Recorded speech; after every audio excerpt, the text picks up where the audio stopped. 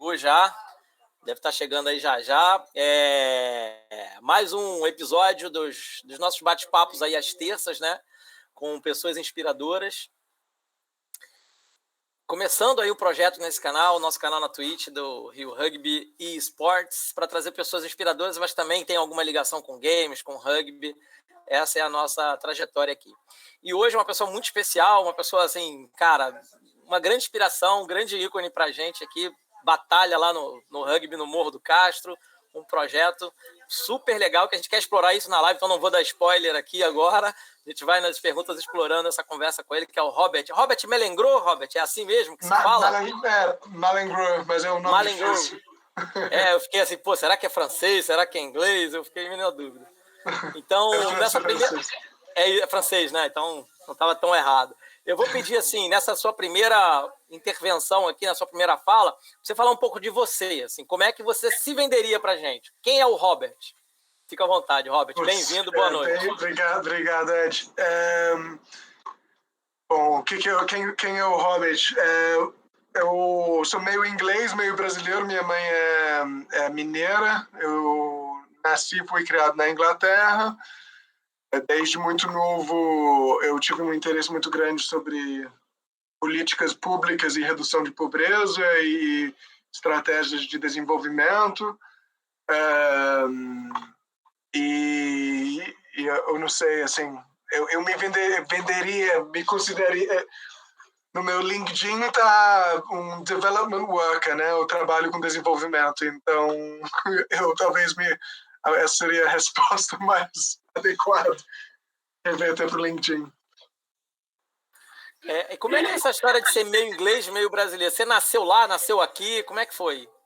Então, eu nasci na Inglaterra. Meu pai é inglês, mas meu pai, na verdade, nasceu na China, de pai belga, mãe inglesa, que nasceu em Hong Kong.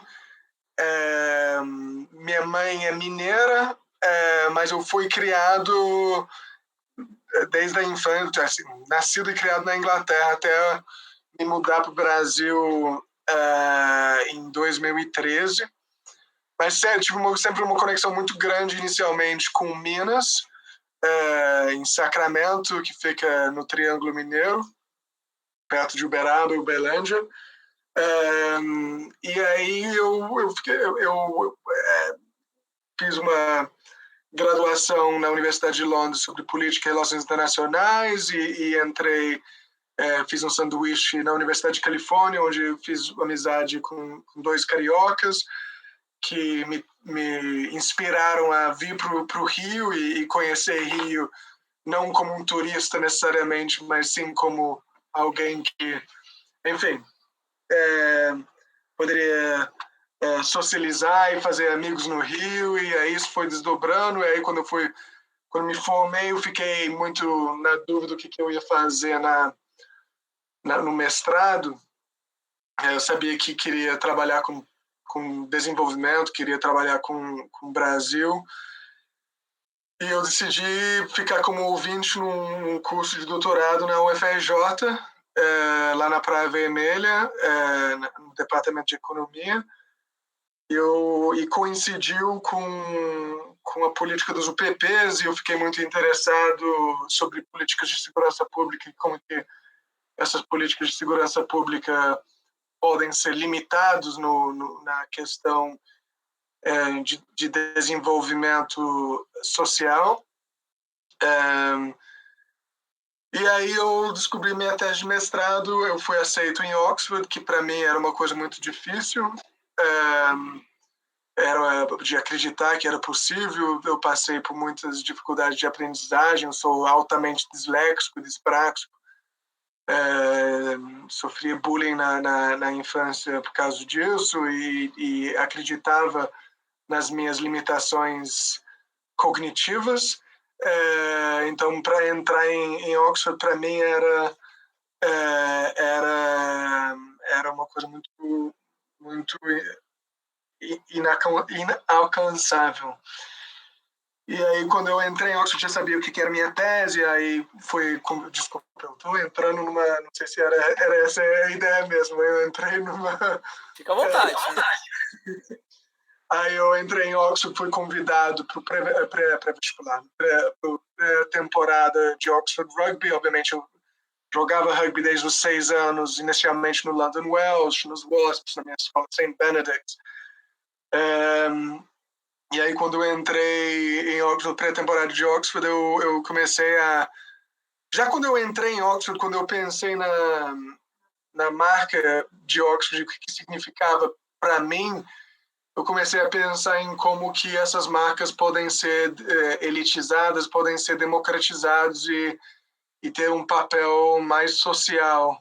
E já que eu tinha um interesse em intervenções sociais nas favelas do Rio de Janeiro, eu conversei com Besouro do Niterói, com Luna, eu conversei também com Justin, com Dale, sobre as minhas ideias de tentar trazer um projeto de rugby para o desenvolvimento social.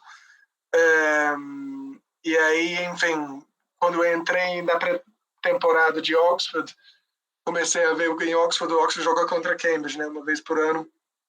E você tem, eu acho que 12 semanas para montar um time que não conhece, ninguém conhece um e o outro. Então você está desconstruindo egos e construindo um time. Todo mundo chega lá no primeiro dia da escola, né, tentando mensurar cada um, então, mas não tem muito espaço para isso numa pré-temporada tão intensa. E aí eu comecei a pensar em como que isso poderia ser uma possibilidade de metodologia para abordar as rígidas divisões sociais que existem no Brasil e muito visivelmente, né, na cidade conhecida como a cidade partida do Rio. Então, foi mais ou menos isso. Não sei se não, perfeito. Pô, legal.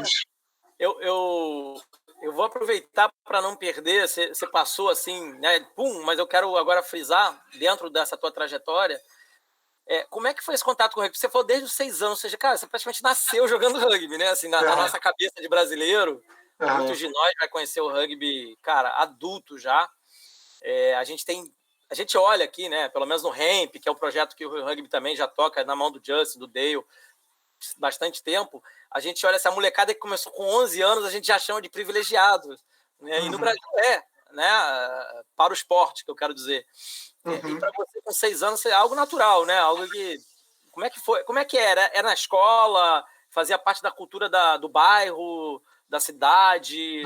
Queria explorar um pouco isso. E seu primeiro contato, assim, era trivial? Ou seja, você quando se deu conta, assim, é rugby, legal, rugby, legal. Ou não, assim, é rugby, legal. Como é que é, assim? Quando eu nasci, meus pais tinham uns amigos galeses,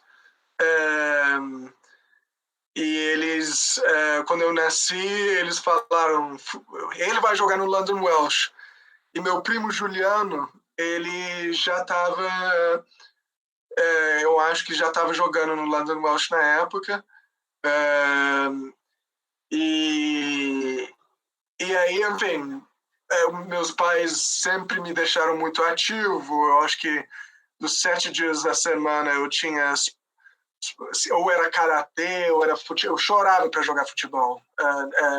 Minha mãe me levava para o futebol e falava: eu não vou te levar para o Brasil se você não aprender a jogar futebol. Eu era meio descoordenado, enfim. E aí eu falei: não vou. Mas eu jogava futebol, karatê, natação, tinha escoteiro, tinha muita coisa, assim. Sempre eu...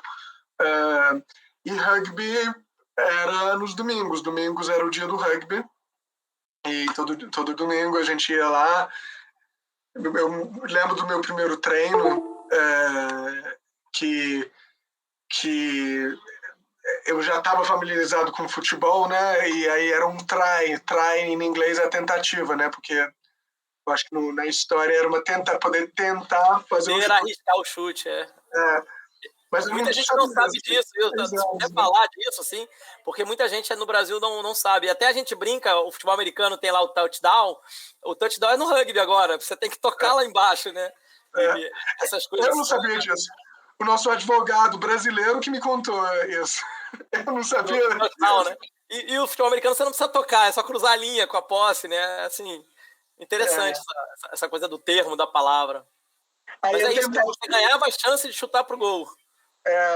Aí tentativa, né? Aí quando eu encostava a bola, tipo, eu lembro que eu fiz várias vezes, eu fui e no meu primeiro treino eu encostava a bola onde que era para encostar a bola, né? Após a linha. Eles falaram, ótima tentativa. Eu falei, nossa senhora, o que tem que fazer para pontuar nesse jogo? Eu ficava muito chateado, eu fiquei muito chateado.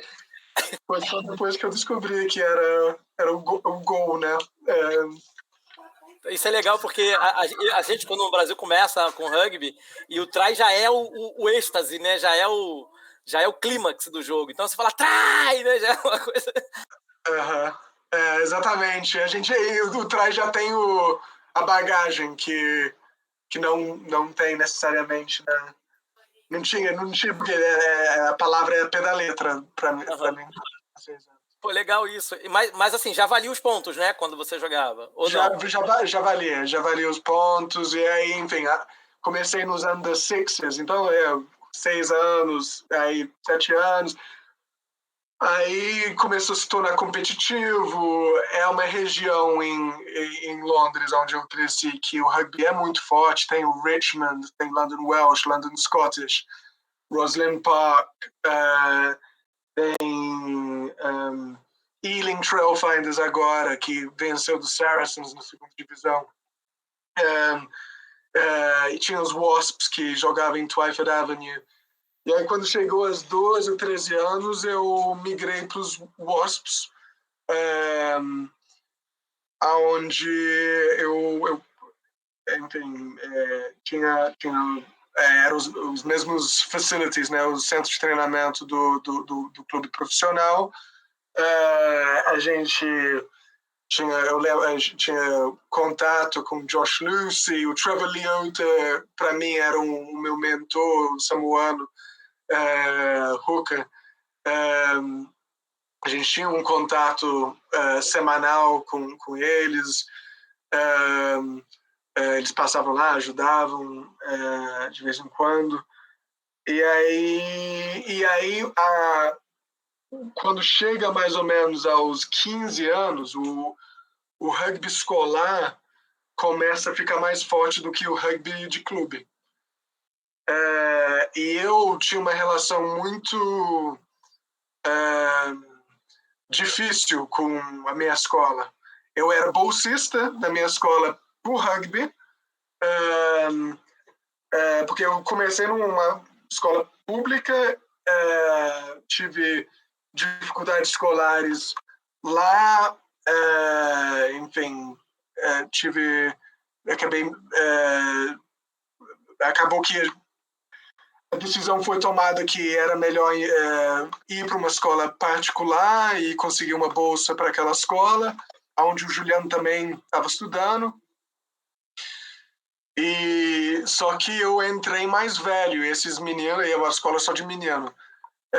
E esses meninos estavam juntos desde a primária, e os valores onde eu tinha estudado talvez eram um pouco diferentes do que os valores na escola particular, onde a educação, enfim, era uma ênfase muito mais forte na educação, enquanto os grupos, meu grupo social na época era um pouco diferente, né? Tipo, era cool ter detenção, tipo, não sei se detenção é a palavra certa, castigo na escola. Isso era o legal, não era o legal ter as notas boas. Então eu sofri um pouco, foi ali na escola particular que eu sofri o maior bullying que eu tive. E o head of rugby, na verdade, fez parte do bullying. Eu lembro que ele era um desqualificado e o meu sonho é não ser ele. É basicamente isso. Eu tento me policiar o máximo possível para não se tornar um cara como ele. E é isso, não sei. Eu entrei de novo, entrei no tangente, então fica à vontade. Isso só para a gente tentar explorar essa cronologia. Isso você já tinha o quê? Uns 14, 15 por aí? Eu acho que com 12, 13 anos, com 13 anos eu entrei nessa escola. Essa escola aí já começou com bullying, mas eu era do First 15, né? Eu tinha os credenciais que eu tinha. Com 15 anos iniciou as seletivas, né? E começou a iniciar as rixas entre os First 15, que na minha escola, o ano acima de mim era muito bom. Que era o Under 17? O ano mais velho que eu. Eles tinham o Joe Simpson, que joga para Gloucester, Hugo Ellis, que era capitão de Gales do Sub-18. Tinha grandes nomes aí no mais cima. E o ano mais novo, nunca tinha perdido um jogo na vida deles até o último jogo deles na vida deles como um time, que era o final da Copa Nacional em Twickenham, que eles tinham ganhado no Sub-15, mas no Sub-18 perderam o último jogo. Mas o meu ano era um pouco um ano meio difícil, assim, não tinha muito talento, para ser sincero. Estava abaixo, né? Uma categoria abaixo, no caso. Entre os dois. Uma categoria... E aquele lá que super vitorioso. E um mais novo. Então, tipo, entre aspas, tipo, na época, vamos supor, eu era sub-15 na época, o sub-14 era muito bom e o sub-16 também era muito bom.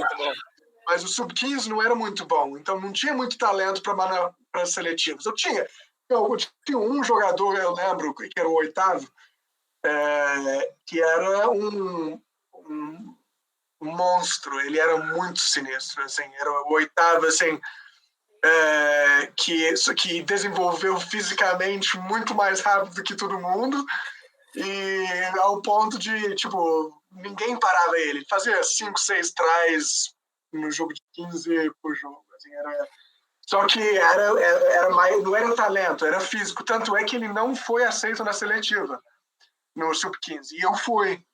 Mas a minha escola não queria nem me mandar na época. A rixa era tão grande que não queria nem me mandar.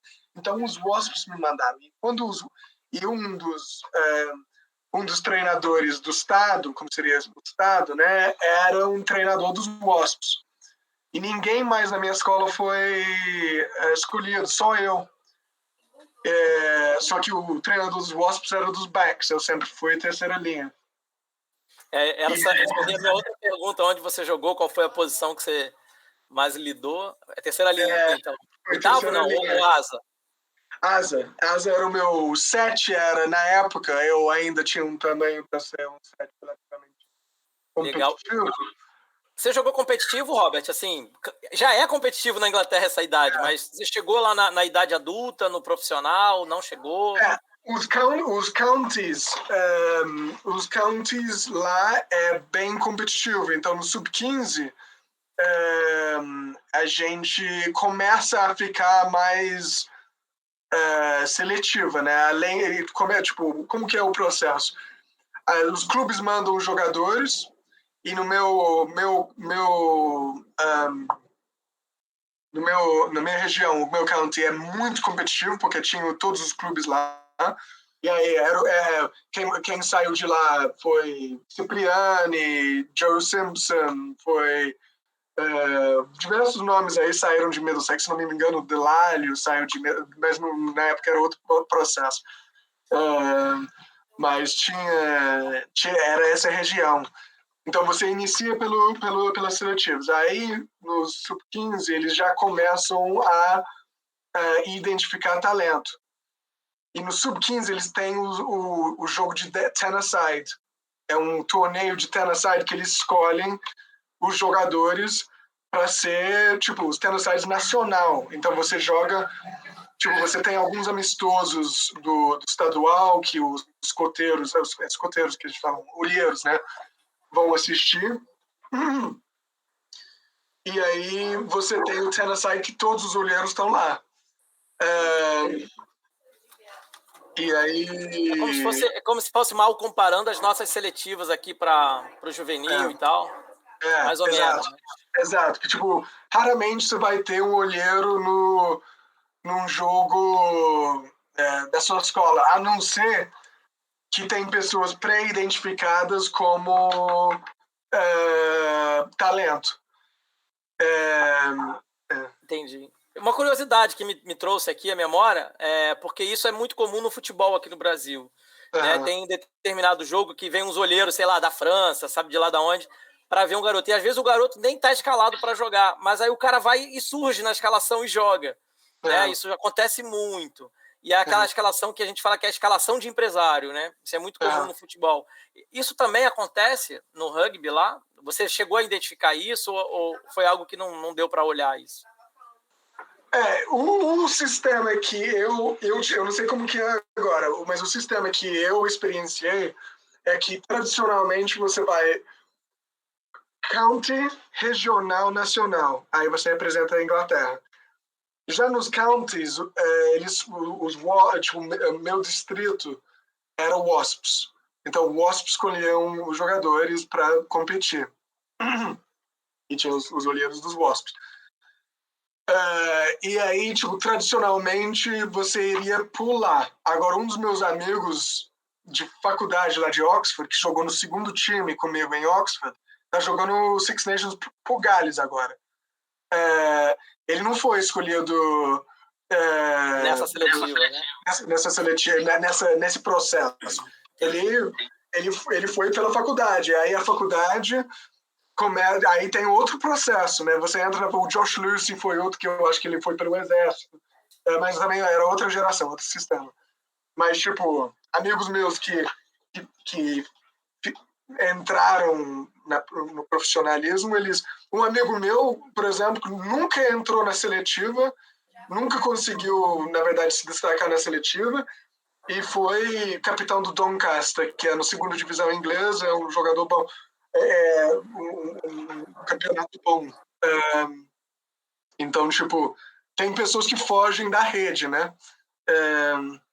Mas Cipriani, Dom Waldock, que hoje é um dos diretores lá da One Real, lá na Inglaterra, o Hugo Ellis, esse pessoal que foi tudo pelos Wasps, da geração dos Wasps lá, que era da transição lá da geração de ouro, eles todos passaram pelas seletivas.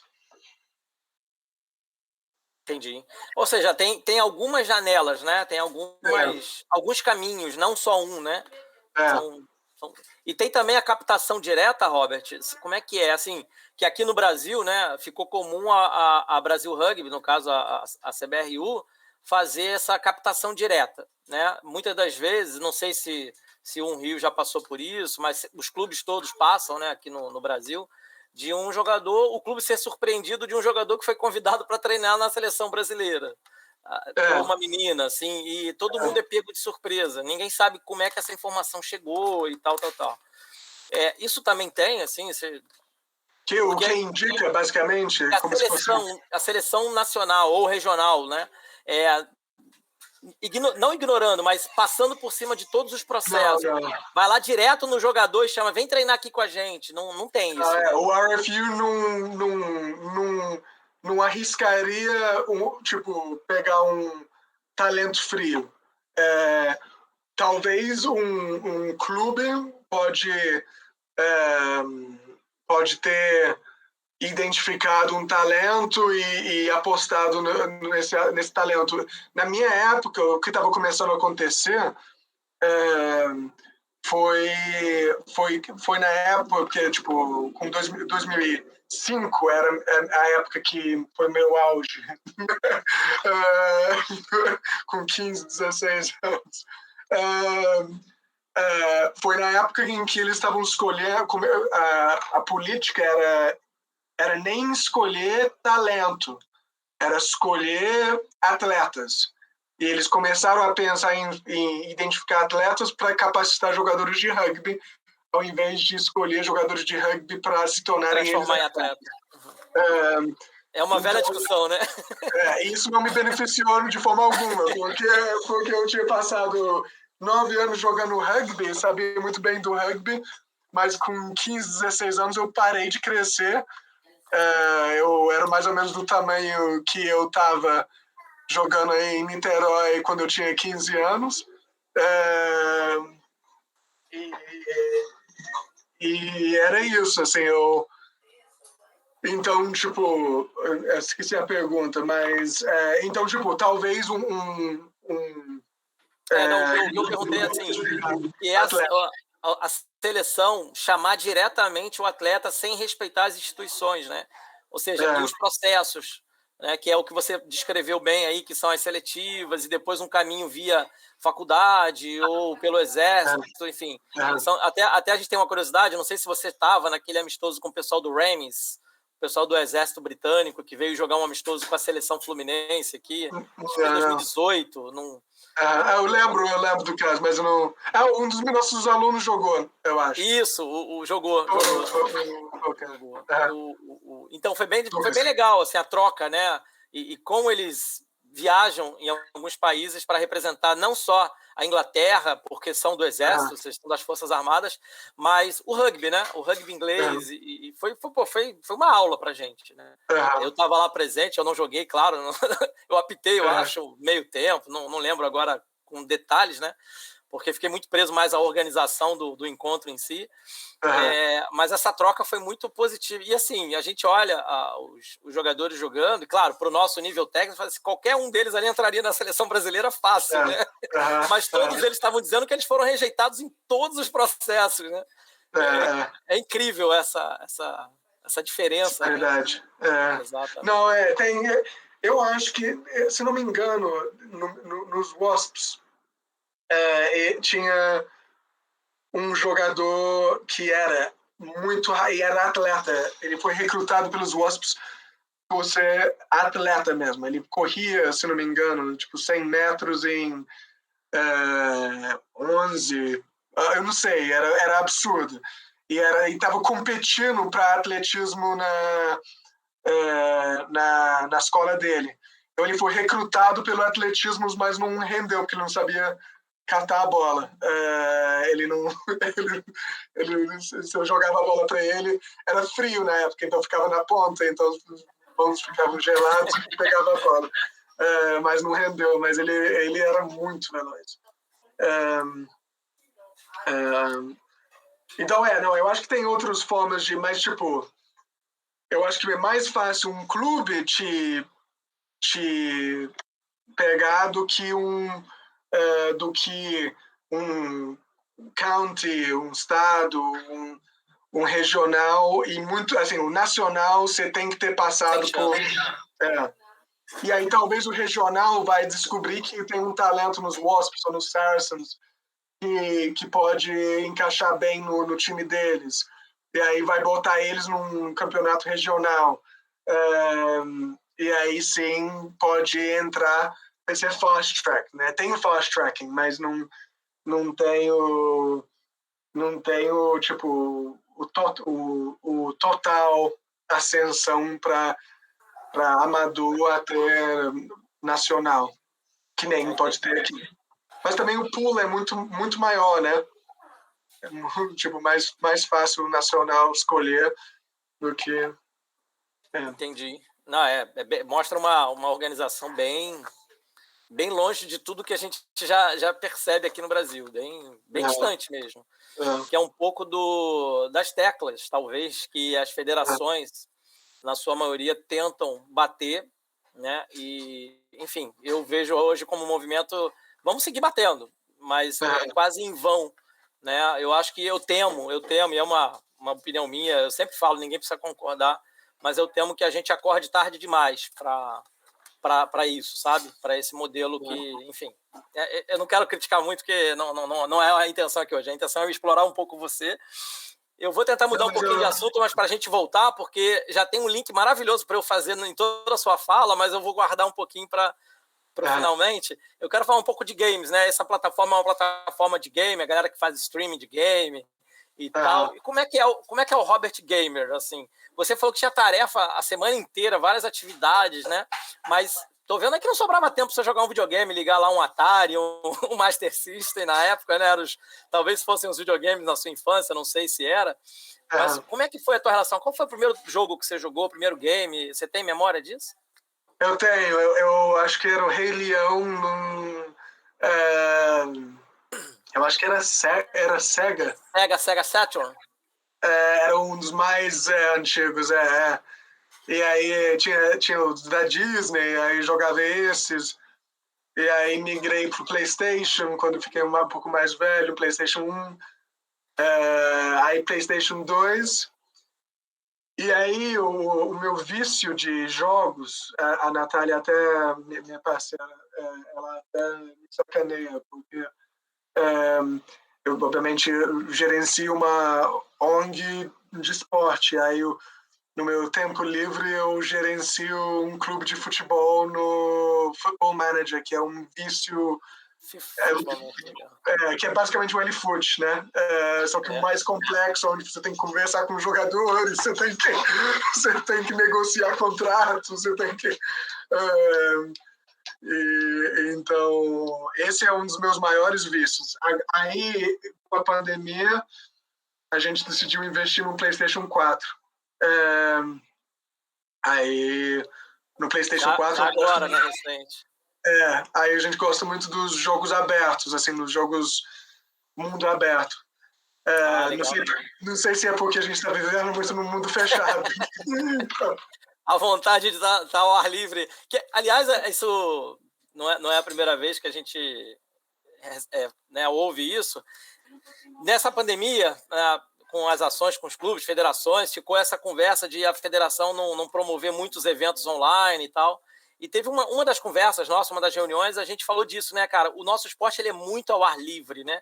Ele além de todo o jogo e todos os valores, ele tem uma coisa muito importante que é esse festejo ao ar livre, de estar ali na relva, no relvado, no gramado, né, de sentir o cheiro da grama, né, enfim, tem tudo. A maior parte dos campos no mundo tem muita árvore em volta, né? Não é algo só no Brasil. A gente vê vários vídeos aí no nível amador em vários países. É no meio do mato, no meio de um sítio, no meio de uma chácara, de uma fazenda. E aí, de repente, trazer isso tudo para um ambiente virtual, onde está todo mundo sentado numa cadeira. Assim, é quase paranoico, né? Se a gente parar para pensar nisso. É muito, muito, muito mesmo. É muito difícil, assim, como que você replica o rugby no atual contexto? E eu achei muito legal, assim, a gente optou na Unrio, a gente migrou todos os programas para plataformas remotas. Agora, isso em si, no cenário brasileiro, não é tão viável, né? Devido às desigualdades, a gente viu que 20% do nosso público ano passado não tinha internet em casa, quem tinha internet não tinha internet muito veloz ou instável, então tinha esse problema, a gente começou a oferecer bolsas de internet, e aí vem a questão de como que a gente trabalha a questão do rugby. Muito difícil, né? A forma em que a gente tem reagido é oferecendo sessões físicas, de treino físico, semanal, toda terça, quarta, quinta e sexta agora também. Que acontece, inclusive está aberto, assim, se outros clubes querem participar, é só entrar em contato, que a gente está fazendo toda semana, tem que fazer uma inscrição não Rio, mas como o treino físico é uma coisa que a gente quer gerar essa camaraderia também, que a gente tem no rugby, a gente está tentando incentivar não só no mundo do rugby, a gente está também com parceiros institucionais em outros esportes, oferecendo. E era liderado, ano passado estava sendo liderado pelo Tom Mitchell, né, o medalhista de prata, seleção da Grã-Bretanha de Sevens. Foi legal. Depois eu vou pedir para você passar aí para a gente os links, a gente divulgar, né? essa interação que é bem, bem interessante. Eu vou só me permite voltar à coisa dos games. Que jogos que você lembra que marcaram sua vida, assim, jogo eletrônico, né, do mundo virtual? Tem algum game assim que mora no seu coração? Eu Assim? sei que não deve ter sido o único, mas Jonalumo Rugby, obviamente, é um clássico. Eu tenho ele aqui. Esse foi muito... Aí teve os jogos eu lembro que quando eu jogava rugby, eu tinha todo mundo tem os rituais, né? Eu tinha que jogar, tinha que assistir rugby por 2 dias antes, assistir rugby, os jogos tinham que ser rugby, mesmo se eu não estava mais na onda, mas tinha que ser o rugby, porque começava a visualizar o jogo, tentar sonhar com o rugby para tentar no jogo jogar. Então eu jogava muitos jogos do rugby do World Rugby. Era o EA Sports, tinha um do EA Sports, tinha outro que era nem sei qual era o nome, mas eu acho que era o Super Rugby, não sei das quantas. Tinha um Copa do Mundo também, não tinha? Copa do Mundo 95, é bem tradicional. Tinha também. Aí esses eram os jogos. Eu jogava FIFA, aí FIFA Pro Evolution, aí ficava até um no outro. Eu gostava muito da história do Medal of Honor, que eu acho que agora se tornou Call of Duty de Segunda Guerra Mundial. E agora, enfim, eram mais ou menos esses jogos aí que eu jogava. Mas eu gostava muito dos jogos de gestão de time de futebol. Tinha um de gerenciar time de rugby também, que eu jogava, mas não rendeu muito nunca. Os jogos de rugby rendem muito, né? Infelizmente. Os primeiros jogos eles eram da EA, eles pegavam a mecânica do FIFA e tentavam adaptar algumas questões para o rugby, né? Tem até um jogo que eu brinco com o pessoal, né? Eu sempre conto. O primeiro jogo que eu joguei no Mega Drive, né? Que foi um videogame bem antigo, que era rugby 95. Rugby 94, na verdade. E a bola não ficava na mão do jogador, ficava colada no peito. E o jogador correndo com a mão assim. Era uma coisa assim muito engraçada. Eu não joguei essa. O teco era uma pancada que o jogador voava 2 metros para frente e a bola pum, sabe assim? Nossa. Era muito engraçado. Nunca joguei. O meu primeiro jogo de rugby era Jonalumo. Já agora 2011, né? Já bem moderno. Não, 2009, eu acho que era antes, né? 2008, é 2008. O primeiro Jonalumo deve ter sido 2000 Era 2008? Nossa, eu tô com a impressão de que era 99. 99, tem razão, é isso mesmo. 99. Foi o primeiro que eu joguei. Mas eu acho que eles fizeram, porque o jogo é fantástico. Aí eu acho que eles reinventaram.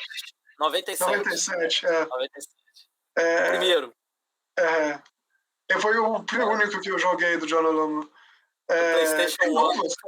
Tem de 2011? Tem o 2011, esse de Xbox. Eu tenho ele aqui. Eu joguei esse de 97, que você falou, que é o primeiro de PlayStation 1. Eu não tinha o PlayStation, mas tinha uns amigos que tinham, e eu comprei, né, o game, e ia jogar na casa deles. Só eu jogava também. Quando eles estavam cansados de jogar, aí eu botava lá e jogava.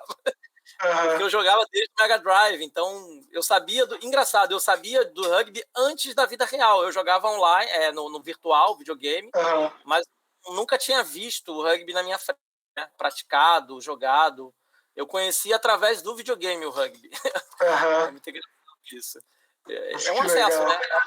E assim, eu fico assim, pensando que talvez isso pudesse ser uma porta de divulgação do esporte.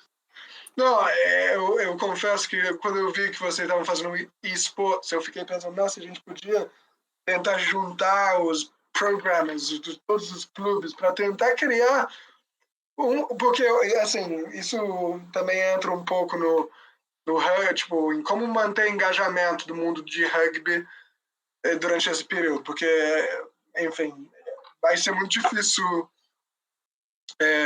manter a mesma... Eu acho que vai ser um pouco difícil manter o mesmo nível que a gente estava pré-pandemia, especialmente com prorrogação da pandemia no Brasil. Então, tipo, como que a gente mantém engajado o interesse? E uma das formas seria, tipo, criar um jogo, sei lá, que seja um jogo de gestão de time. Uma coisa que eu comecei a jogar agora, primeira vez, é um cartola de rugby no Six Nations. Bem curioso. Bem legal. E aí, sei lá, a gente comecei... Aí eu comecei a assistir o Six Nations com mais interesse do que eu assistia. Aí eu começo a torcer para a Escócia em alguns momentos, ou França para alguns momentos, porque eu jogava os caras. Alô, jogador ali, fica passando o cara fazer aí ficou mais interessante. Eu fiquei mais empolgado com o rugby do que sei lá, ser no resto daquele ano. Então, eu acho que falta muito isso, né? Da gente talvez ter algum jogo, alguma coisa comum que a gente possa jogar juntos. E eu acho que esportes talvez seja o futuro disso, né? Aí fica um convite aí para um Rio, quem sabe abrir o canal do esportes também, a gente compartilhar, fazer live conjunta, botar nossa molecada para disputar um com o outro aí, né? E eu acho que o caminho sem volta. Eu vejo o caminho sem volta. Com certeza. Na minha vida, falei, não. Eu sempre fui um gamer fanático, mas eu ficava assim, cara, precisa ter coisa ao ar livre, precisa ter coisa tal. Mas assim, é um caminho sem volta, né? Não tem pra onde caminhar. Eu acho que os stocks do PlayStation, do PlayStation Sony, sei lá, aumentaram pra caramba com a pandemia por causa disso, né? Por causa do PlayStation 5, por causa do PlayStation 4, que todo mundo começou a comprar. E eu acho que vai ser igual programas remotas, tipo reuniões, essas coisas assim, tá aqui para sempre. Tipo, infelizmente, o home office, por exemplo. Poxa, se você é uma pequena empresa, um pequeno empreendedor, você vai manter o gasto fixo com o escritório ou você vai manter o home office? Vai manter o home office, porque é mais jogo. E é a mesma coisa com jogos. Será que as pessoas... Assim, eu acho que vai ter uma sede para voltar ao mundo social normal, mas assim, presencial. Mas eu acho que vai ter uma demanda para manter à noite jogar um videogame junto. Eu vejo como eu também vejo como um caminho sem volta. E entendo que isso vai coexistir com todo o resto, que aí entra nos velhos dilemas, né? O livro não cai em desuso porque tem filme, enfim, né? As mídias não substituem, elas se ressignificam. Mas esse caminho do ambiente virtual eu vejo já como superado. Claro que vai ter muita resistência. Né? Eu acho que o nosso esporte, assim, é um palpite, né? E eu acho que é uma missão até. Eu acho que esporte como o nosso, o rugby, o futebol mesmo, os esportes que têm essa coisa de ser ao ar livre, vão ser quase que resistência para continuar existindo, né? Porque para tirar a molecada de casa, tirar a galera de casa, para ir num lugar, numa praça, para se juntar com os amigos, para bater uma bola, eu acho que isso vai ficar como uma missão, mais até do que pensando em Copa do Mundo, campeonato, porque, claro, isso é a grande estratégia de marketing, eu vejo dessa forma, né? Eu não penso que isso seja o objetivo final. Com mas o grande objetivo vai ser como movimentar as pessoas a estar em torno, estarem juntos, convivendo, compartilhando. Bom, o nosso esporte ele é maravilhoso. Se a gente puder falar dele aqui, a gente vai até amanhã falando. Terceiro tempo, né? Ou seja, são as coisas que nos prendem ao rugby. Mas eu queria agora tentar, assim, última pergunta sobre gamer, né? Já que você falou que comprou um PlayStation 4, né, no meio dessa pandemia, tem algum jogo do PlayStation 4 que te prendeu, que você, investe horas nele e fala assim, tem que ficar aqui porque tá divertido? O meu jogo favorito até agora, só que eu sou muito ansioso e eu chego eu tento completar o jogo primeiro, e a minha, assim, eu sou muito, assim, eu comprei Red Dead Redemption 2, que é os mesmos pessoas que o Rockstar Games, né? E esse jogo eu achei muito, muito bom. Me prendeu muito. Seria o jogo que é meio violento, mas é um jogo que eu eu curti muito em termos de um jogo mundo aberto, um jogo bonito, em termos de paisagem. Agora eu estou jogando Assassin's Creed, que eu estou curtindo também bastante. O Odyssey, que é bem histórico, na verdade, eu achei bem bacana. É bem interessante. É um jogo que te prende também, né? Você fica ali, você quer explorar, você quer... É um jogo bem dinâmico. Robert, vamos lá. Agora eu queria da gente falar um pouco do projeto da Rio, né? Que é o cara assim. É engraçado, né? Você todo mundo te conhece praticamente, mas quem não conhece, aí a gente fala, o cara da Rio, aí pronto, já sabe, né? Isso acaba que se confunde, né? A marca do One Rio e o teu trabalho, né? A tua trajetória, que é isso que encanta para todos nós. E eu, assim, dentro disso eu vou falar de um episódio específico, a gente não... Nem todo mundo tem essa memória, mas eu vou tentar trazer aqui, em síntese, que é a participação de vocês no Beach Rugby, né, do Rio Beach Rugby. Mas eu não quero falar disso agora, não. Só estou te preparando que eu quero falar disso também. Foi uma grande aventura, né? Foi bem emocionante ali. E eu aprendi muito com você durante o Beach Rugby, um pouco dessa estratégia, não só do projeto em si, mas como mostrar o projeto e a interação da molecada com jogadores top, né, digamos assim. E eu achei isso muito legal, né? E por ser um evento festivo, fez muito sentido, né? E num ambiente competitivo, né? Enfim, mas eu quero falar assim, como é que foi a inspiração do projeto? Como é que você teve o contato com isso, né? Com a ideia do projeto? Como é que isso te levou? Porque isso meio que unifica as tuas duas grandes paixões, pelo que você descreveu aqui para a gente hoje, que é a tua vivência acadêmica, as tuas preocupações sociais, né, e políticas, mas também o rugby, né, que é o que o rugby traz. Queria que você falasse, agora é a tua área, é o que você faz. Perfeito. Agora que eu perigo, porque aí eu falo mesmo, eu fico falando mesmo. Antes disso, então, deixa eu para não passar, tem umas interações no chat que eu não quero deixar passar, então, que eu sei que agora que você vai. Rocian, quer trazer para a gente ou eu leio aqui? Porque eu não sei se eu estou com tudo, mas teve uma interação ali do Henrique, que eu não vou deixar passar. Ele falou que, a provocação do Henrique, dessa nossa conversa, acho que provocou ele. Falou que vai voltar para a Electronic Arts, ele trabalhou na Electronic Arts um tempo, né, na EA. Falou que vai voltar para lá para ter uma conversa sobre isso, sobre fazer um jogo e tal, olha aí. Nossa, seria fantástico, seria ótimo. E tem outras interações, porque para mim, eu não sei porque dá um delay enorme no meu computador para as mensagens. Eu acho que o Rocian tem as mensagens. Rocian, alguma coisa do chat aí para a gente destacar? Você quer trazer?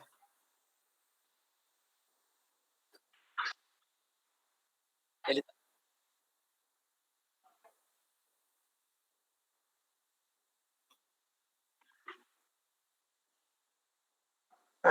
Red Dead Redemption jogar, se eu quero rejogar.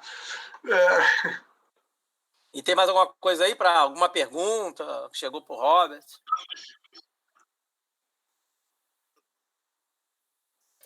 Tem uma galera aí, o Henrique tá sempre, o Henrique já é sócio nosso. O Henrique foi um dos entrevistados e a provocação dele é legal, porque é isso, né? Assim, na minha cabeça, não é que seja fácil, mas alguma movimentação, algumas federações como a nossa, brasileira, que quer divulgar o rugby, cara, assim, que tem acesso a mais verbas e tal, deveria estar provocando um jogo eletrônico, isso que você falou, por que não? Né? Eu acho que chegaria, assim, muita molecada, né? Nossa, eu pensei, se você faz um jogo muito simples, imagina um jogo bem simples mesmo, assim, sei lá, um Elifoot, um Cartola, que você consegue conectar alunos com jogadores. Eu mencionei isso assim com um dos nossos alunos. Eu falei, imagina se a gente consegue conectar vocês com os voluntários, aí vocês competem com um e o outro, mesmo que seja um jogo bem ruim mesmo, assim, de gráficos, não tem que ser uma coisa muito... Mas bota aí, tipo, o mundo... Você imagina, num mundo como hoje, a gente jogar o Campeonato Brasileiro online. Cada clube faz um campeonato interno durante esse período para ver quem vai representar o clube, e aí você começa a criar enraizado na paixão do esporte do rugby, né? Que é uma coisa que tem, eu acho que tem enorme potencial. Então, se o Henrique quiser, eu sei que o Ícaro, que lá da UF também, ele está liderando um dos programas nossos de educação de programação na nossa viés de inclusão digital no programa. Ele está muito interessado nisso. A gente tem um aluno que agora acabou de passar para ciências de computação. Eu desafiei ele também, o Matheus Luciano, para pensar numa coisa. Então a gente pode juntar. Eu tenho certeza que no mundo de rugby, se a gente juntar as cabeças, a gente cria alguma coisa nessa pandemia. Eu acho também. E essa ideia sua, eu vou... Me permite, eu vou levar para a federação, na próxima discussão da federação já. Porque eu acho que pode ser uma interação, né, nesse período. Por que não? Um campeonato de talvez algum game que já exista, seria né, algum jogo que é popular. Vou pedir talvez uma pesquisa com os clubes, e os clubes podem replicar e fazer uma competição interna. Pô, excelente. Eu acho que é um primeiro passo. Vamos ver como estruturar isso, né? Mas a ideia, para mim, já me empolga, assim, eu acho excelente. Porque os clubes estão querendo movimentar os seus grupos também, os seus participantes, para manter engajamento. As federações estão querendo. É uma coisa que pode se tornar uma prática dos terceiros tempos, não é um investimento para o futuro. E é aquele clubismo, a competitividade que a gente está. Tipo, a gente pode fazer burpees quantos burpees que a gente quiser nos hits que a gente faz nos treinos remotos. Mas, tipo, não consegue competir. Compete com o outro, tá? Mas, tipo, não é aquele negócio... Não tem um objetivo, né? Ou seja, tendo um troféu, sei lá, uma premiação. Cara, assim, eu gostei muito. Assim, eu vou te pedir, se você quiser colaborar nesse grupo. Eu topo. Assim, eu já tô... Para mim já é um projeto, é só a gente começar a conversar e estruturar. Então, fechado. Ao vivo, vai ficar online. Ao vivo. Ficou. Deixa eu só aproveitar porque eu quero muito que você fale da Rio, antes de você ir embora, que eu sei que você tem compromisso aí, tem que ir. Mas surgiu uma pergunta aqui que é muito boa, né? Primeiro, o Henrique falou que realmente o microfone do Rossian não sai na live, então o Rossian leu um pouco aqui do que a galera botou no chat, e falou do jogo que você está jogando, que é o Redemption, que assim, é sensacional. Tem uma galera que falou que não conseguiu acabar também o jogo. E aí vem uma pergunta, eu vou frisar nessa pergunta para depois você explorar o assunto One Rio. Você teve contato com o rugby feminino na Inglaterra? Essa é a pergunta. Tinha uma época em que era, numa faixa etária, em que era misto, inclusive contato. E aí, sim, eu lembro que tinha uma menina que era um festival, um torneio, e ela era o pavor de todo mundo, assim, porque ela fazia, assim, todos os tries, só que ela se machucou no jogo em que jogar era no London Welsh na época. Eu acho que era sub-9, sub-10, mas na época não tinha uma ênfase muito grande no rugby feminino. Agora, na faculdade, começou a ter. Eu acho que muitas meninas começam a ingressar, pelo menos na minha geração, começaram a ingressar no rugby na faculdade. Então, em Oxford tinha, em Royal Holloway tinha, no meu clube lá na Califórnia não tinha, mas era uma situação parecida não, como o Brasil, porque no Brasil o rugby feminino é infinitamente mais, assim, referência do que o masculino, né? A gente pode combinar. Então, nos Estados Unidos não tinha tanta essa referência e tinha muitos outros esportes, não tinha tanto. Mas o nosso treinador era feminino, era a Kate, que era uma americana que era dos Eagles, se eu não me engano, na universidade lá. Então, eu tinha um contato feminino, o rugby feminino. Inclusive, muitos dos nossos voluntários agora, que vêm de fora, são do clube feminino de Cambridge e de Oxford. Antes da pandemia, a gente tinha, eu acho que a maioria era feminino. Então, sim, assim, tem uma presença, está crescendo muito, especialmente, eu acho que na Inglaterra está crescendo bastante. Nos Wasps tinha.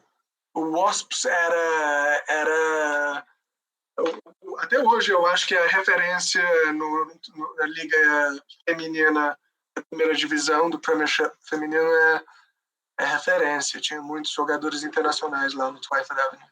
E para a gente já entrar emendando esse assunto, entrando no One Rio, tem meninas também, bastante meninas praticantes lá no Nossa, muito. Inclusive, assim, quando a gente estava olhando os dados e tudo mais, e a gente sabe que quando alunos entram na adolescência, eu acho que é onde as meninas tendem a sair do esporte. Eu acho que o Ministério do Esporte falou que 36% das meninas saem do esporte quando entram na adolescência. Mas nos Baby Blues, é 60% feminino, mais de 60% feminino.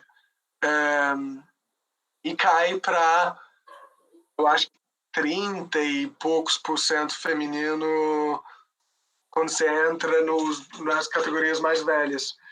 Então, a gente tinha uma dificuldade em montar um time feminino por muito tempo. E ano passado, a gente competiu pela primeira vez com um time feminino com diversos faixas de detalhes jogando junto. E foi muito emocionante. A gente tinha o nosso primeiro time blues. Sempre tinha muitas referências femininas ao longo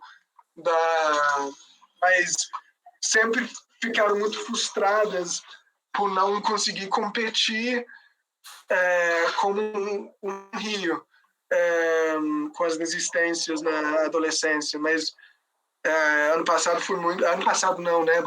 Retrasado, 2019. 2019. Eu também toda hora comento isso, porque é inevitável, né? Parece que a gente está sem fim, num ano sem fim. Aí a gente estava assim, tem uma dificuldade de engajamento, mas a gente tem uma presença muito forte das meninas, e elas são, assim... o Dom, que hoje é defense coach de Gloucester, que ele é um dos nossos diretores lá do One Rio, ele fala que as meninas são tecnicamente, assim, muito bons em termos de passe, em termos de linha de ataque, linha de defesa. São muito... assim, incríveis.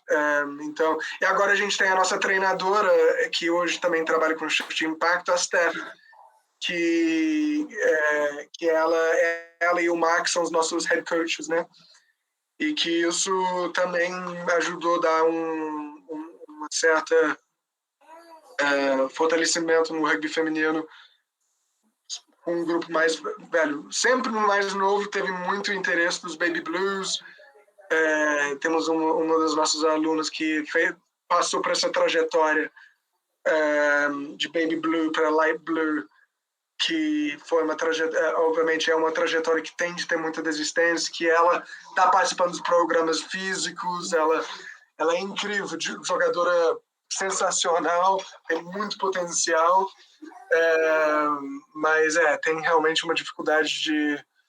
Assim, a gente tem como nossa meta, assim, uma das nossas metas grandes indo para frente é aumentar a retenção de atletas femininas nessa transição de Baby Blue, que como a gente trabalha, só para te dar a gente trabalha em Baby Blue 6 a 11 anos, e aí Light Blue é 12 a 14, Sky Blue é 15 a 17, Dark Blue é 18 para cima. Legal, bastante estruturado.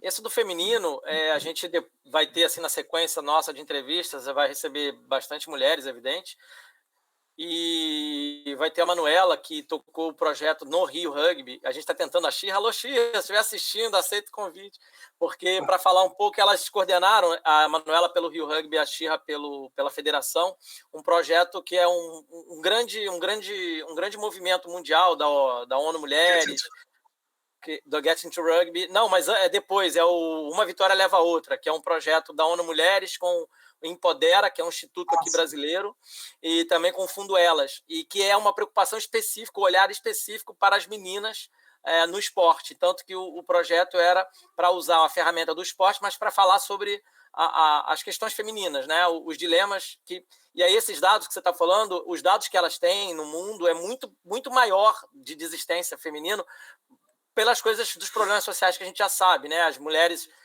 tem a questão do engravidamento precoce ainda, né? Tem a coisa de acabar sendo a dona de casa, né? Assim, tendo que cuidar da casa, dos irmãos, ou seja, que é o ambiente machista ainda, que as mulheres passam e que é um dos grandes, é o principal agravante para que as meninas cedo, né, saiam do esporte, e não só do esporte, né, saiam da vida social. E claro que há muitos movimentos lutando contra isso, e isso é perfeito, que vai atenuando, mas ainda é uma crise grave. Então a gente vai receber aí para frente, e elas vão poder também falar bastante disso. E é uma troca também, né, dessas trocas que a gente vinha falando, né, não sei se você lembra, a gente vinha falando de costurar essas trocas com a federação, de aprendizado de todos, que é bem legal. Mas eu queria agora que você falasse um pouco da One Rio, aqui a gente chama de Rio, né? A logo de vocês é muito legal, porque a coisa do morro, usando o M como morro descendo ali, é bem interessante. Queria que você falasse como é que quais são, né, os objetivos, o que você quiser, fica à vontade, assim, explora aí bastante. Não, obrigado. Assim, como eu disse, eu falo muito, quando eu falo da Rio, eu consigo falar muito. Ele, assim, voltando, né, a questão do pré-temporada, a gente via que tinha uma das, assim, Brasil é um país, assim, tão famoso pelas suas desigualdades quanto é pelo seu futebol, assim, realmente um país de divisões, enfim, e a gente sabia que muitas dessas divisões vão além do socioeconômico, vão além são diversas as divisões. E que, embora o Estado tenha um papel fundamental e essencial para abordar essas questões através de programas sociais, é importante a sociedade civil ter um papel para tentar quebrar barreiras entre barreiras em igualdade de acesso a serviços, a oportunidades. Então, quando a Rio foi formada, a gente foi formado muito com a visão de que a gente estava vindo com uma marca bem pesada, com a marca de Oxford, né? E hoje é Oxford e Cambridge. E a gente queria tentar alavancar essas marcas para democratizar oportunidades. Inicialmente, a gente ia atuar, na verdade, na Maré. Mas fomos orientados a tentar pilotar o programa em outra região, mas a gente queria ir para um lugar que tinha pouco acesso a serviços, pouco acesso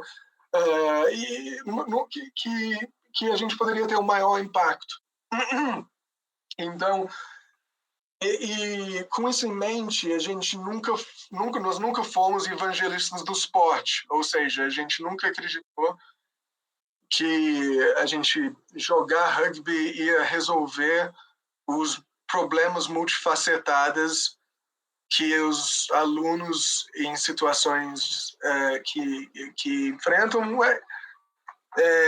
enfrentam, né, de violência, de pobreza, literalmente pobreza, de racismo, a gente falou de gênero, né, de desigualdade de gênero, e que o rugby é maravilhoso, mas ele não tem puramente, ele tem um papel para ter, mas ele não exclusivamente, ele não vai resolver os problemas. Então a gente começou com 2 horas semanais de rugby, né, no Morro do Castro, e hoje a gente oferece mais de 60 horas, às vezes mais de 60 horas semanais de atividades, com base de 4 pilares: o rugby, a educação, a empregabilidade e a saúde. E então, para tentar, porque a gente acredita, como eu disse, nessa visão holística, em termos de inteira e integrada a desenvolvimento. Isso é muito importante assim, para a gente. Então, a gente vê que... E por que isso é importante? Porque, por exemplo, só para tentar explicar, a gente usa muitas vezes o rugby como a porta de entrada aos nossos serviços, aos outros serviços. Hoje o rugby ter um papel de mais ou menos 30% das nossas horas de intervenção. Antigamente era 100%, né? O rugby, e por que o rugby no Brasil? Isso é sempre pergunta, né? Que em termos de entrevista sempre perguntam, mas por que no Brasil? Porque quando eu vim pro Brasil quando eu fui apresentado, na verdade, minha primeira experiência com rugby no Brasil foi em Atibaia, num torneio de sevens, eu joguei pela Federal, na verdade, em São Paulo. E eu acho que foi em 2007. Mas aí quando eu entrei e joguei, e tive a experiência com Niterói, primeiro, talvez voltando um pouco sobre a minha trajetória, em tangentes, mas eu vejo o rugby muitas vezes como um passaporte, né? Como uma porta, assim, porta de entrada. Então eu venho para o Rio, eu tinha 2 amigos no Rio, que tinham amigos, mas eu não tinha os meus amigos. Eu falei, cara, a primeira coisa que eu vou fazer, eu vou entrar em contato com o meu contato, que me botou em contato com o Federal, e eu joguei na Atibaia. Aí me botaram em contato com o Ney, que me botou em contato, que me chamou para um treino em Niterói. Aí eu fui na Praça 15, encontrei o Campolina e o Gabriel, e aí acabei morando com o Campolina, um dos meus maiores amigos aqui no Brasil, que participa do programa até hoje, do projeto até hoje. Então, aí eu fui exposto a um rugby muito parecido com o que eu experienciei nos Estados Unidos, de um rugby puro, de amadorismo puro, só que um pouco em que os valores eram aqueles, assim, não era, você não estava jogando porque você queria passar na seletiva, não sei o quê, papapá, porque você estava jogando porque você era apaixonado pelo esporte, fanático pelo esporte. E isso era o que eu tinha experienciado nos Estados Unidos e o que eu experienciei no Brasil. Quando eu vi que o Ney estava fazendo eu lembro, isso foi muito impactante, que eles estavam fazendo, eu acho que Ney, junto com o Campolino, não sei o que, com os engenheiros, eles fizeram o primeiro Scrum Machine, tipo, máquina de Scrum, tipo, a cabeça deles. E aí você ia jogar rugby, você tinha que botar o cal no chão, você ia para não sei aonde para jogar, mas você ia antes porque você queria ajudar o time, montar o negócio. Então tinha o rugby brasileiro. Eu acho que perdeu um pouco isso, eu vou ser sincero. Perdeu um pouco isso desde 2016. Eu acho que eu acho que o rugby brasileiro perdeu um pouco a oportunidade de abraçar mesmo e criar uma cultura desportiva do zero, nacional, e talvez em alguns aspectos adotou, isso é uma crítica construtiva, adotou talvez algumas dos valores menos desejados do rugby profissional, e enfim. Mas na época era uma coisa assim, você tinha uma comunidade que estava apaixonada, faria qualquer coisa para o rugby. E aí eu falei, nossa, isso você tem uma fonte de voluntários, por exemplo, infinito, que acreditam no poder do esporte. E que você ali tem uma possibilidade de criar uma cultura desportiva do zero, que não tem a bagagem que o rugby tem na Inglaterra, por exemplo, de elitismo, de machismo, de misoginia. Você tem uma cultura, você tem uma oportunidade de cultura zero, e inclusive num país onde as meninas são as melhores, né? São as referências, que é muito estranho para alguém vindo de fora, porque de fora o rugby é um espaço masculino. E no Brasil, não. O rugby feminino assim, você tem a Baby, você tem diversas referências do rugby, a Shira, Você tem diversas referências no Brasil inteiro, como para as próprios Super Sevens, né? O próprio Super Sevens estão no circuito mundial.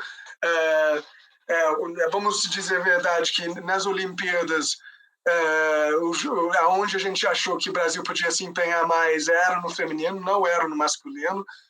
Ninguém assistiu o masculino achando, poxa, tem chance. Só quem não sabia do rugby foi lá e achou que tinha chance. Então, tipo, nossa, você tinha essa oportunidade de criar uma cultura do zero, que tem tudo isso indo para... Então, foi isso, assim, a gente viu o rugby como um potencial porta de entrada. A gente começou a aplicar o rugby, aí depois a gente adicionou um pouco de aprendizagem, de empregabilidade. Depois a gente adicionou a demanda devido ao nosso alto nível de voluntários gringos. Os alunos mesmos pediram um curso de inglês. Então a gente começou o curso de inglês. E aí, a partir disso, a gente foi com um programa participativo com os alunos. Não, vamos com um curso de reforço, com pré-vestibular, com preparatório de ensino médio. E aí foi crescendo para saúde. Então a gente começou com odontologia, com a UERJ. A gente começou a ter empreendedorismo, curso de empreendedorismo. Aí a gente começou a trabalhar com os alunos mais novos e foi evoluindo. E aí as pessoas perguntam assim, nossa, mas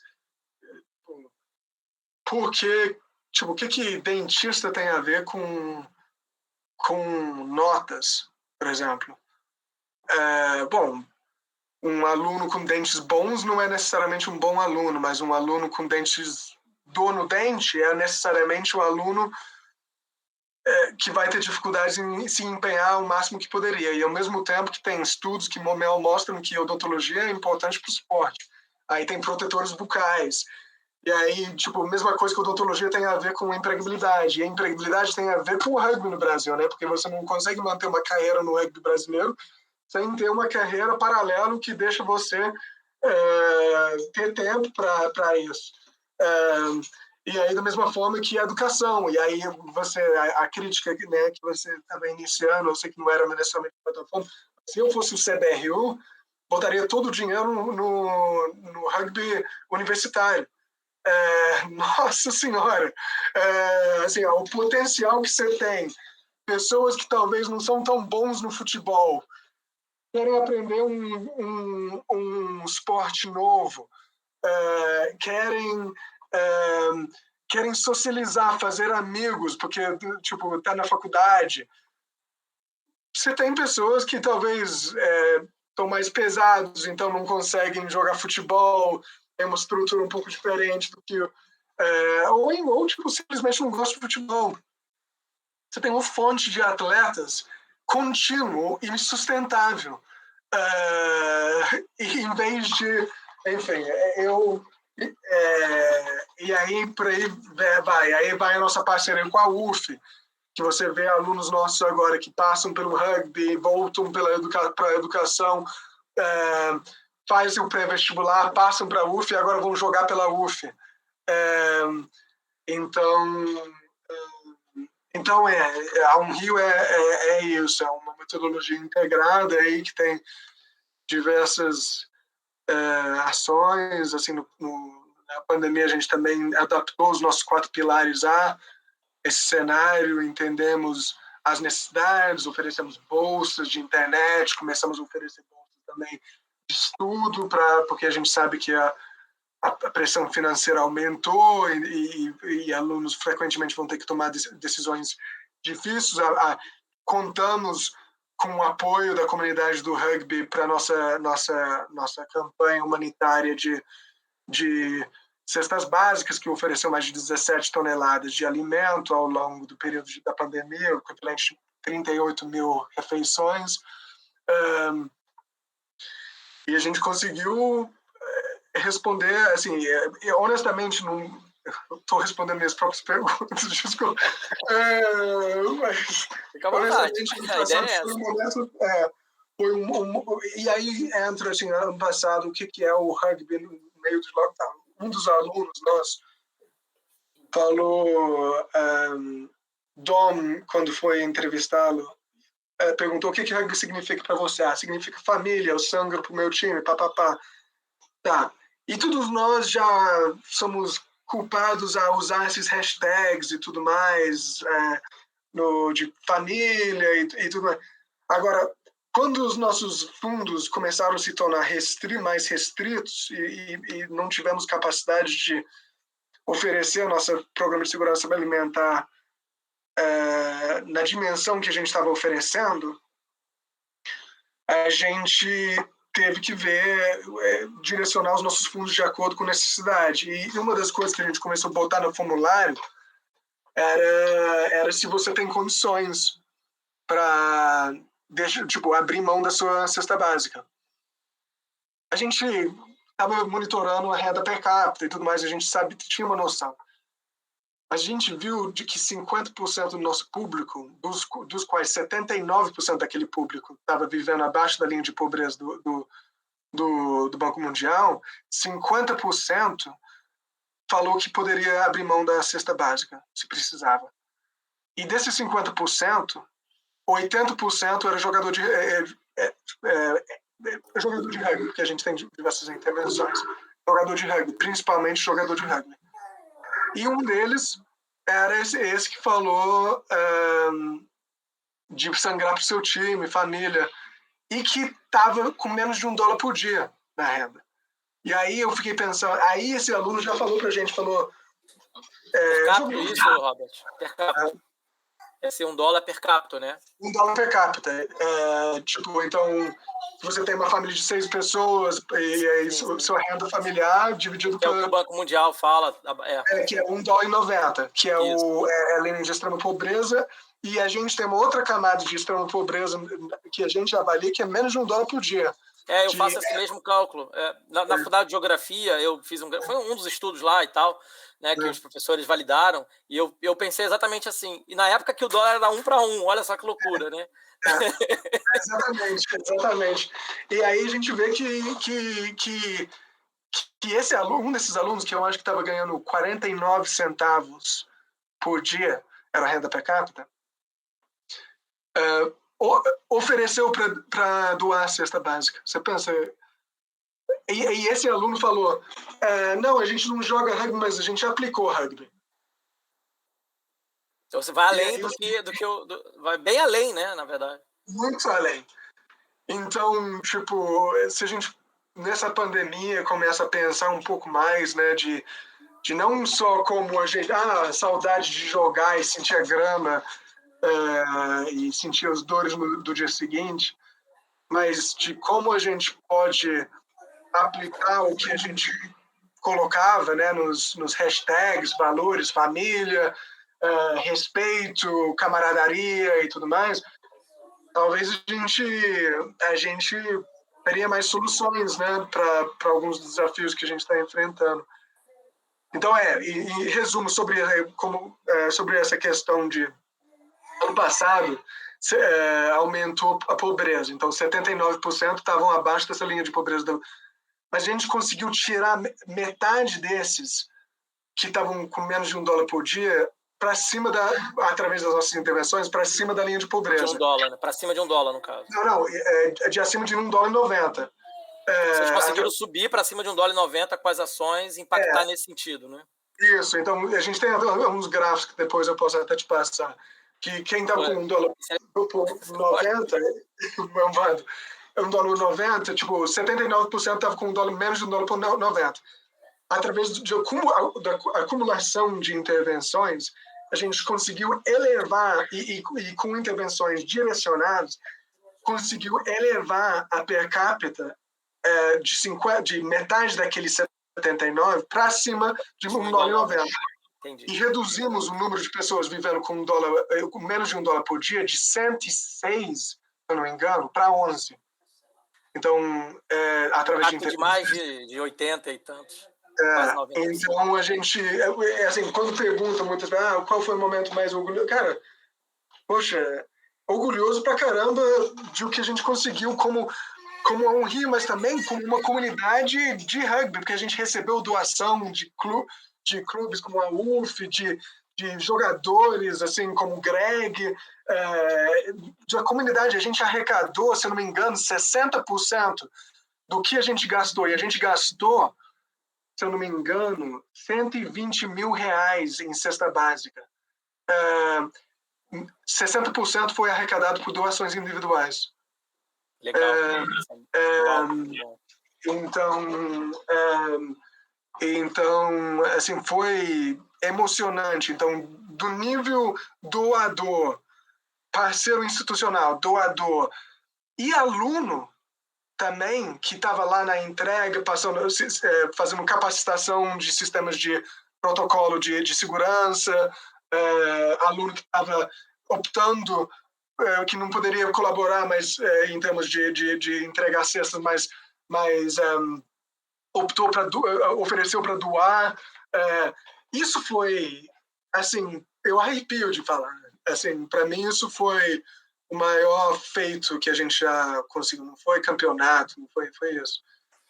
Você sabe que essa sua fala, assim, tem várias coisas para explorar, mas uma coisa dessa coisa do $1, isso ficou muito na minha cabeça durante muito tempo, que é o que guiou minhas ações, né? Quando eu estudei isso a fundo na faculdade, e porque eu já vinha dessa realidade, na verdade, tá? Isso é uma coisa bem mais longa, enfim, não vou falar aqui, porque já falei isso diversas vezes, é a minha vivência de infância e tal, morei em comunidade e tal. Enfim, e muita gente não acredita nisso, que existem pessoas que vivem com essa renda.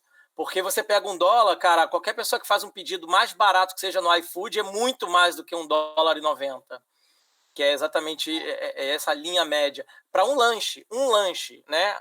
Que assim, é tipo, já comi o dia inteiro, aí vou pegar um lanchinho à noite para, né, sentar em frente à televisão, ver um monte de Netflix ali e tal, não sei o quê.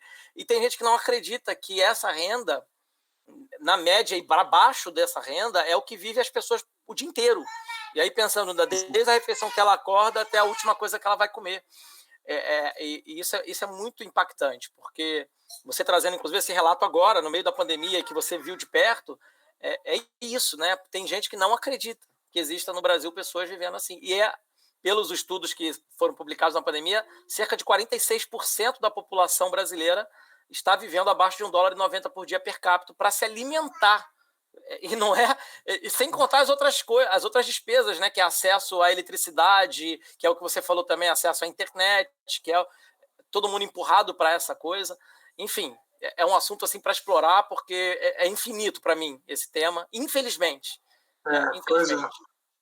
Pois é. Não, você fala, para mim era quase antiético sugerir EAD sem oferecer as condições para EAD.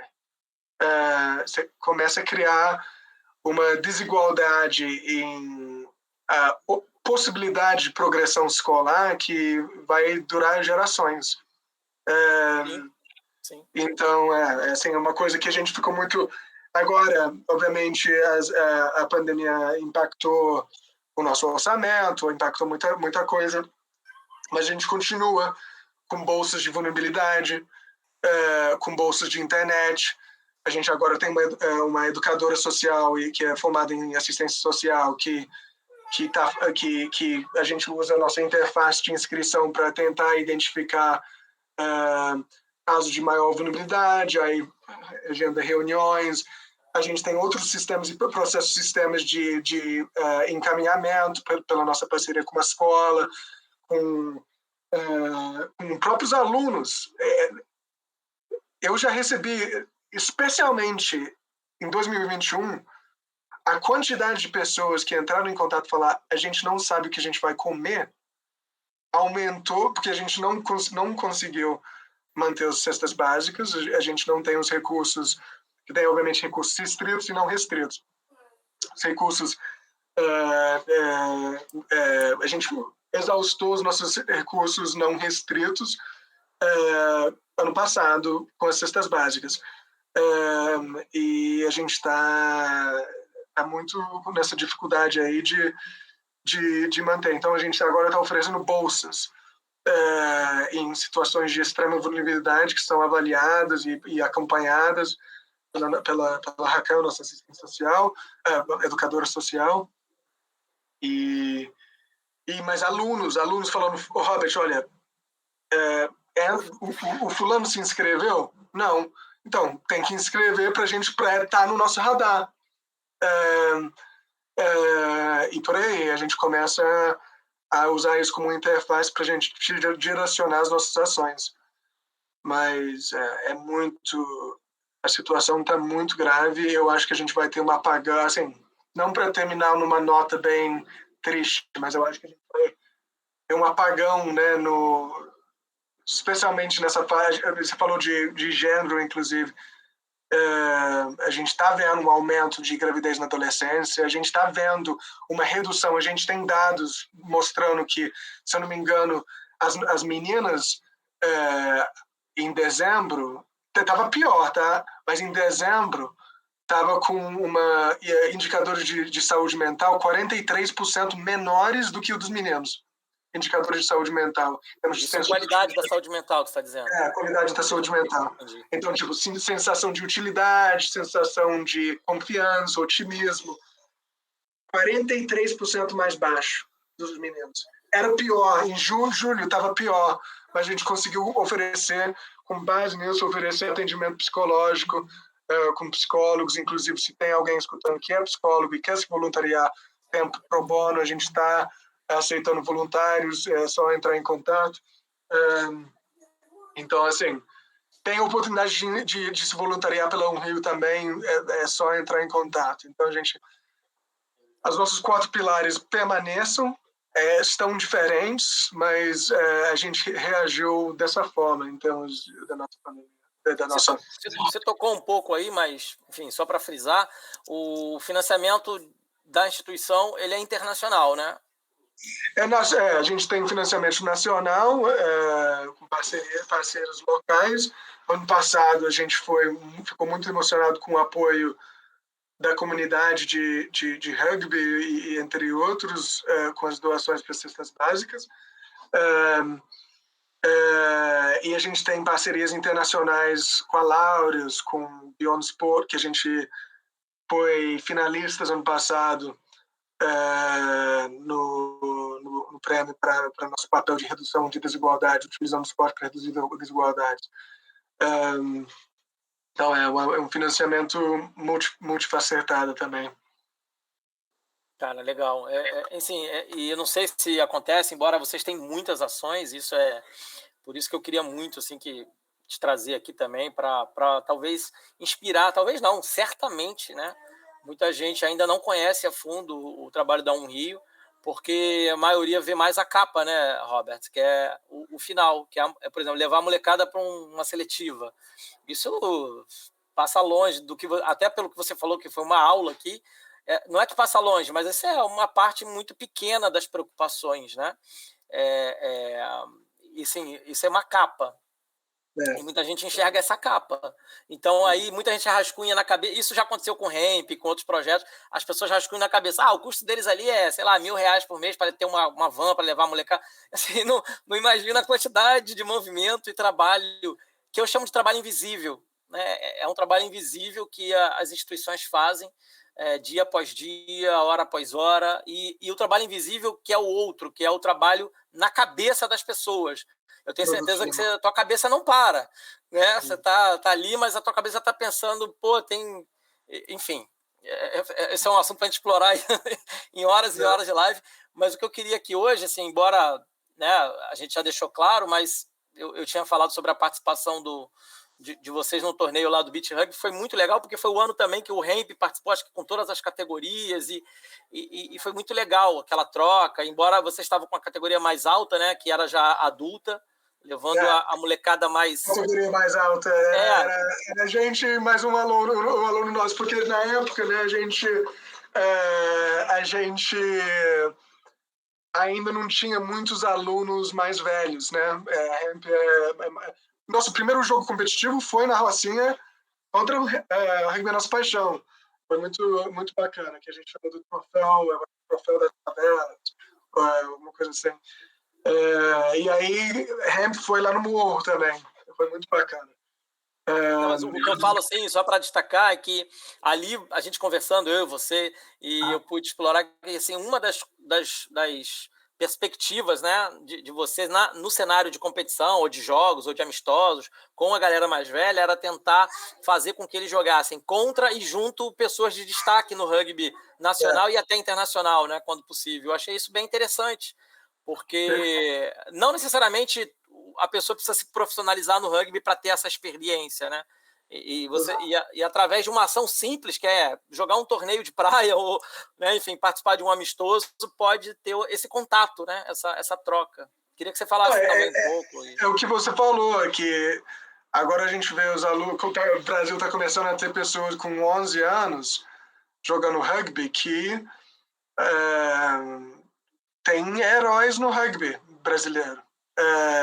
Talvez na nossa geração do rugby não era bem herói, era jogar com fulano, ciclano é muito legal, e joga muito bem, mas agora tem os heróis. E então agora a gente tem que então assim, por exemplo, tem o Careca do Rugby Nossa Paixão, foi muito legal que o campeonato universitário liberou para a gente, porque faz parte da nossa metodologia também, né? Tentar fazer com que os nossos alunos começam a se aproximar à cultura universitária. Então, a Liga Universitária abrir essas portas para a gente, oferecer uma oportunidade para os alunos se destacarem dentro de campo e ver a cultura do rugby universitário, as oportunidades do rugby universitário, os jogadores no rugby universitário já, os olheiros, né, pensam, não, eu quero que esse aluno seja aluno da UF, da UES, do UFRJ, e aí, enfim, começa a se tornar uma coisa que, nossa, não, e os alunos falam assim, eu jogo pela UF, começam a chegar lá no treino, todo uniformizado da UF, e aí a linguagem muda, né? Né? A linguagem não é mais, eu quero jogar para o Flamengo, não, eu quero jogar pela UF, tá? Não, exatamente. Muito bom.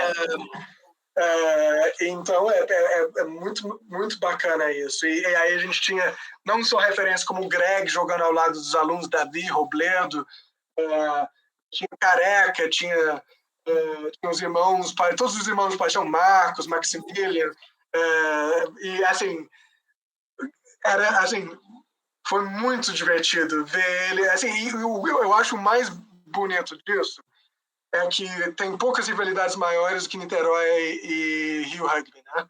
Em termos do rugby carioca. Pelo menos quando eu joguei no Niterói, os campeonatos sempre eram disputados entre rugby e Rio Rugby.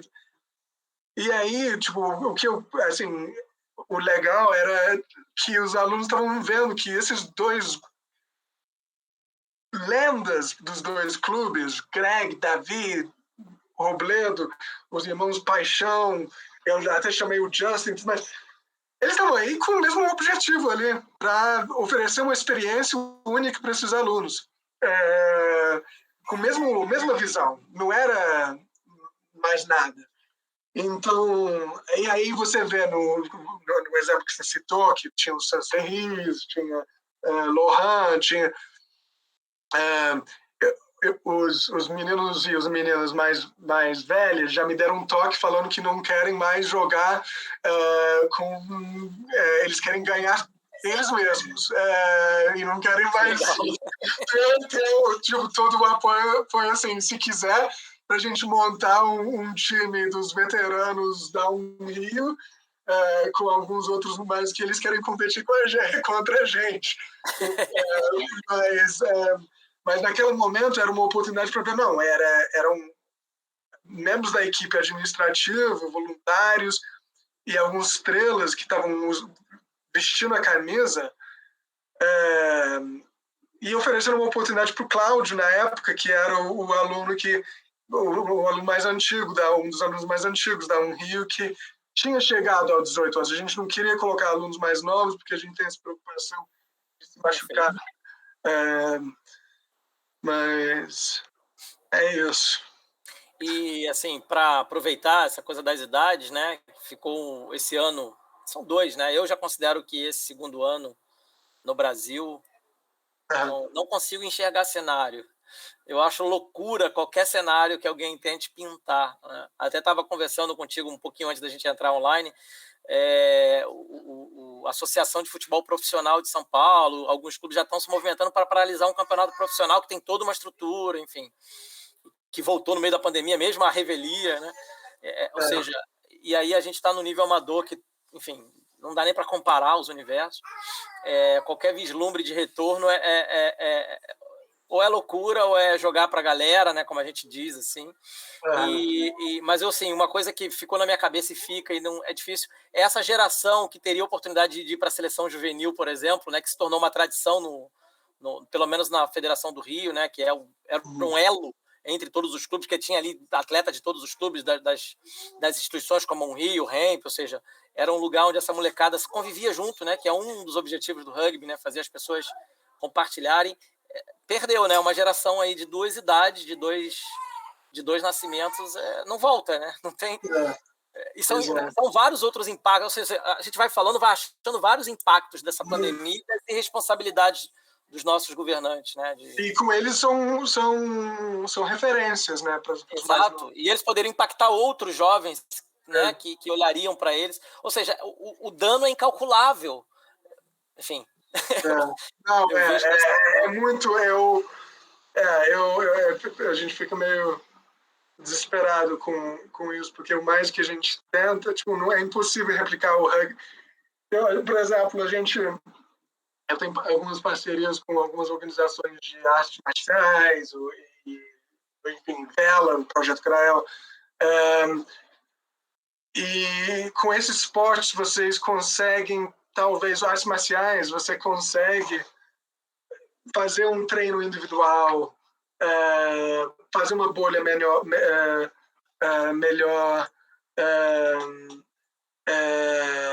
menor, quer dizer, de atuação. Mas no rugby, tipo, a essência do rugby, o motivo pelo qual a gente ama o rugby é o trabalho em equipe. Então, como que você vai fazer um trabalho em equipe sem misturar bolha?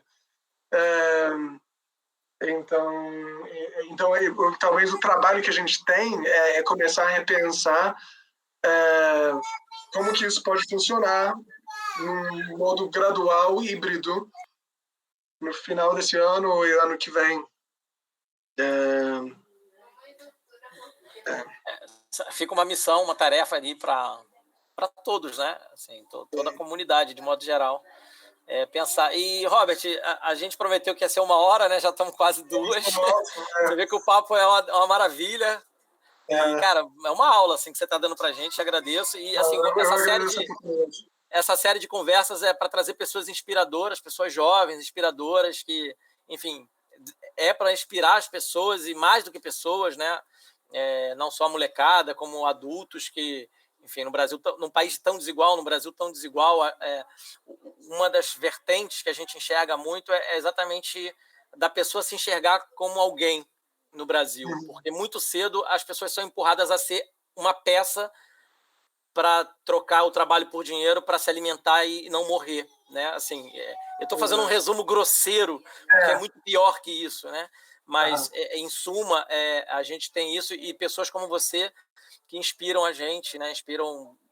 Que devem ser uma inspiração. E como você falou, o rugby não vai ser um salvador que vai resolver todos os nossos problemas, mas ele é um grande cartão postal, um grande motivador para outras tantas ações. Eu queria, assim, para que você terminasse, você falasse assim, um pouco das suas inspirações, né? Que coisas te inspiraram, que pessoas, que movimentos, sabe? Assim, você deflagrasse assim, para a gente o que te motivou a pensar mais no coletivo, mais no bem-estar social, que de alguma forma é um pensamento no bem-estar social, do que apenas no bem-estar individual, né? De assim, vou cuidar da minha carreira, vou ser um mega CEO aqui, não sei das quantas, e está tudo certo. Não que CEO não possam também compartilhar desse universo social, mas assim, as suas inspirações, né?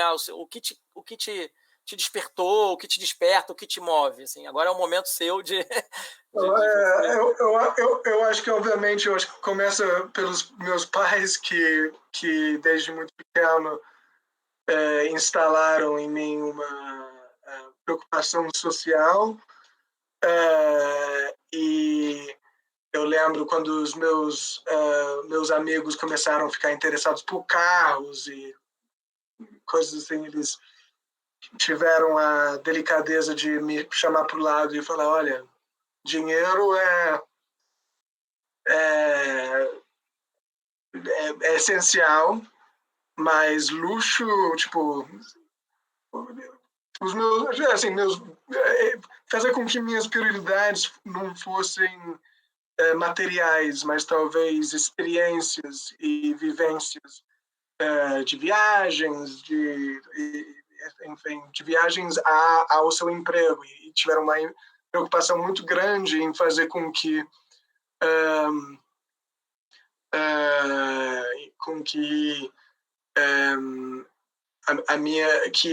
que eu entrasse em um ramo profissional que me desse felicidade também.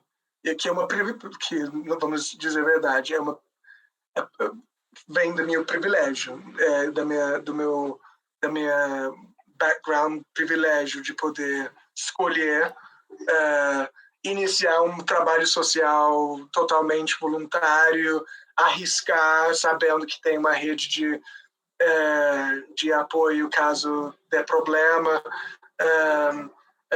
que eu sempre posso correr de volta para a Inglaterra para um sistema de assistência social que vai me acolher se eu precisasse. Então, tipo, meus pais sempre me encaminharam me colocaram nesse caminho. Então, começa por lá. Quando pensamos no projeto, eu fui atrás da Luta pela Paz, que fica na Maré, e hoje o meu mentor é o Luke Downey, que é o fundador da Luta pela Paz, que acreditou na minha energia. Na época ele não estava mentorando mais ninguém, e ele falou: olha, você tem que trazer resultado para eu te mentorar. E eu fiquei muito inspirado pelo modelo integrado dele, a história dele da luta pela paz e o impacto que a luta pela paz tem, e a forma em que integrou o esporte, a empregabilidade e outras intervenções. E eu acho que é isso. Eu acho que eu sou, obviamente, inspirado por histórias grandiosas como a da Nelson Mandela, de usar o esporte como uma ponte para quebrar barreiras sociais, e alguns dos mais rígidos do mundo. Mas eu acho que eu tento buscar inspiração da comunidade de rugby brasileiro, né, que me motivou a achar que o rugby, se na época não fosse, se fosse um ambiente tóxico, talvez eu não estaria aqui fazendo o que eu estou fazendo. Então, eu, na verdade, eu tento buscar inspiração em tudo, nessa conversa, em toda a experiência que eu tenho. Eu tento buscar alguma inspiração para tocar em frente. Mas só para fechar, eu queria também aproveitar que a gente está num processo de compartilhamento de metodologia e capacitação de organizações em metodologias e projetos sociais, e a gente está tendo diversos ângulos: proteção de criança e adolescente, monitoramento e avaliação e tal, mas também na nossa metodologia, nosso currículo também. Então, a gente está aberto, tem organizações aí, ou aspirantes empreendedores sociais, não necessariamente no rugby, mas sim no rugby também. A gente está super portas abertas os nossos programas de capacitação que a gente vai lançar nesse momento remoto. Então, o convite fica aberto. Sensacional, sensacional, Robert. Pô, agradecidaço de você ter topado aí ficar com a gente, conversando, trazer um pouco da tua vivência, tua experiência, e parabéns, cara, por essa escolha. Embora você mesmo destacou, né, isso vem um pouco dos privilégios, mas a maioria dos privilegiados escolhem continuar só nos seus privilégios individuais, e você poder compartilhar esses privilégios é uma das saídas que eu particularmente penso que começa uma micro-revolução. Né? Não consigo ver, porque alguém sem privilégio não vai conseguir fazer revolução. Eu descarto essa hipótese, porque tem necessidade mais urgente, que é se alimentar, que um pouco do que a gente conversou aqui. Né? Então, vai partir mesmo das classes que têm algum privilégio conseguir enxergar que é possível dividir esse privilégio de alguma forma. Então, é por isso que você é uma pessoa inspiradora para a gente, e muito legal ter você aqui. Muito obrigado, de verdade. Obrigado. Vida longa ao One Rio, não só pelo One Rio, mas que impacte outros tantos movimentos Brasil afora. Tamo junto. Muito obrigado, Ed. Um abração. Valeu. Obrigado. Uma aula. Obrigado. Valeu, a gente se fala e se vê bastante por aí. Tchau, tchau. Valeu, tchau, tchau.